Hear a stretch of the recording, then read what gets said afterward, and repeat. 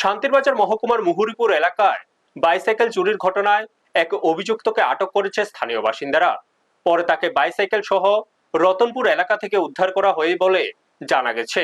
স্থানীয় সূত্রে জানা যায়, ভাইকোড়া থানার অন্তর্গত মুহুরীপুর মথুলা সর্দার পাড়ার বাসিন্দা সঞ্জয় করের একটি বাইসাইকেল চুরি হয়। ঘটনার পরপরই সন্দেহের ভিত্তিতে স্থানীয়রা অনুসন্ধান শুরু করেন। পরে রতনপুর এলাকায় বাইসাইকেল বিক্রির চেষ্টা চলছে বলে খবর পেয়ে এলাকাবাসী সেখানে গিয়ে অভিযুক্তকে আটক করেন এবং সাইকেলটি উদ্ধার করেন। এরপর তাকে ভাইকোড়া থানায় পুলিশের হাতে তুলে দেওয়া হয়। এদিকে স্থানীয়দের অভিযোগ, এলাকায় চুরি ছিনতাইয়ের ঘটনা বেড়ে যাওয়ায় তারা অনেক সময় নিজেরাই উদ্যোগ নিয়ে অভিযুক্তদের আটক করতে বাধ্য হচ্ছেন। বিষয়টি নিয়ে প্রশাসনের দ্রুত ব্যবস্থা গ্রহণের দাবি জানিয়েছেন এলাকাবাসী। ব্যুরো রিপোর্ট, নিউজ তৎকাল 24। সাইকেল আমি সকালে গাছ কাটতাম গিয়েছি, বাবুল ঘোষের বাড়ির পাশে। আচ্ছা, এখানে যাওয়ার পরে সাইকেলটা রাখি আমি উপরে গাছ কাটিয়ে গাছ কাটতে সারে আইয়ারে দেখি যে সাইকেল নাই।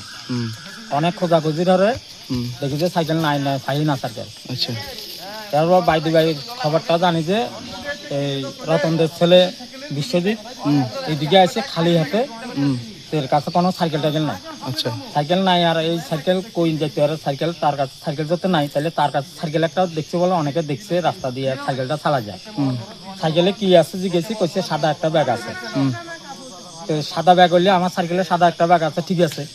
সাইকেলটা কালার আছে না জিজ্ঞেসি, তারারও কইছে কালার নাই, এমনি রং টং নাই, এমনি কালার। তা আমার সাইকেল তো পুরান সাইকেল, কালার গেছে গই। এরপরে তারে আমি অনেক খোঁজাখুঁজি করার পরে তারা দেখি না বিকেলে যায় তারা ধরা হয়েছে, দোকানের সামনে আসে ধরা হয়েছে। প্রথম মিশা কয়, এরপরে ধরা হয়েছে যে নিয়ে না আনিয়ারে তারে আমার বাড়ির সামনে আনবার হরে স্বীকার করছে রতনপুর নিয়ে সাইকেল বেচছে।